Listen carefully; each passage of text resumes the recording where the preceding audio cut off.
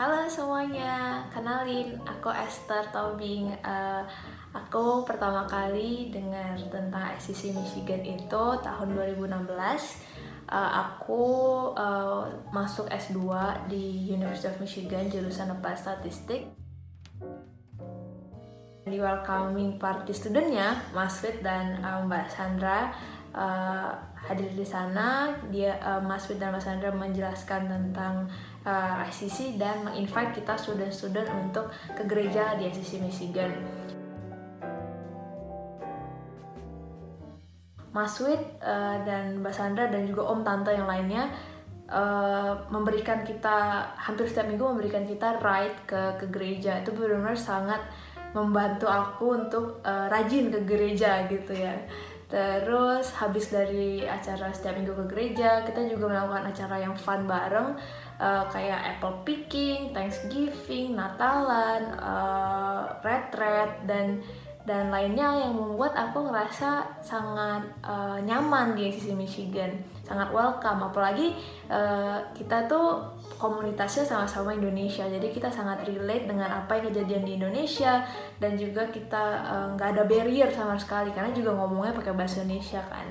Dan aku sangat senang bisa ditempatkan di ICC Michigan karena aku ngerasa imanku bertumbuh itu berkali-kali lipat lah di ICC Michigan.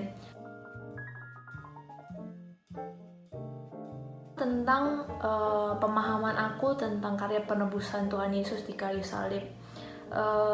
Dulu aku sekedar tahu kalau iya Tuhan Yesus itu mati untuk menebus dosa manusia gitu, tapi kurang mendalaminya gitu. Saat di ICC Michigan aku disadarkan bahwa dengan kematian Yesus itu di kayu salib hanya satu kali, dan dia sudah menghapuskan dosa seluruh umat manusia yang dulu, sekarang, ataupun di masa depan.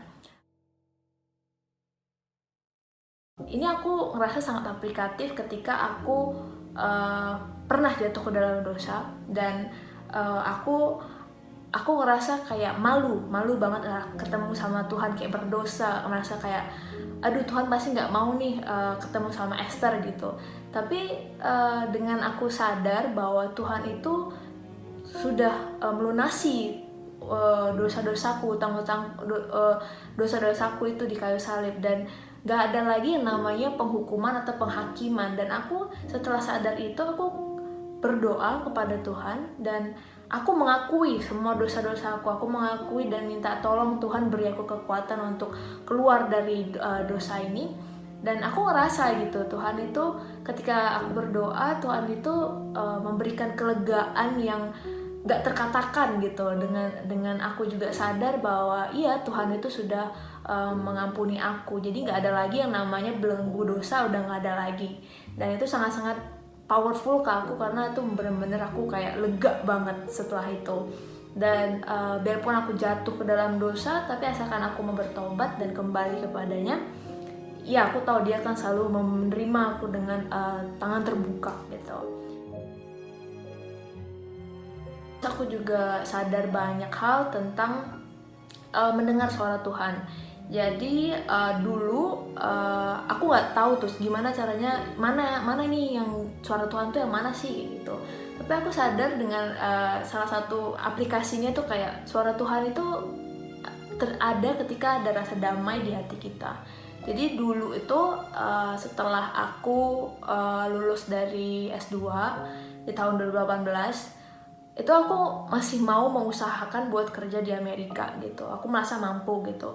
Terus aku berdoanya lebih kayak hampir memaksakan kehendak sebenarnya. Terus hampir memaksakan kehendak, terus tapi Tuhan tuh nggak ngasih kedamaian di hati aku. Terus aku berdoa sama Tuhan sebulanan, kayak aku bilang, Tuhan kalau memang bukan jalannya, ya aku pulang gitu. Dan benar, setelah sebulan gak ada kedamaian, aku pulang ke Indonesia. Baru belakangan ini aku nyadar kenapa aku harus pulang ke Indonesia gitu. Dan bener aja aku kayak ngerasa kalau iya di Indonesia ini Esther bisa berkarya buat Tuhan dan buat sesama gitu. Jadi sekarang ini teman-teman aku tuh pada bilang gini kayak, oh Esther banyak berubah ya setelah dari Amerika.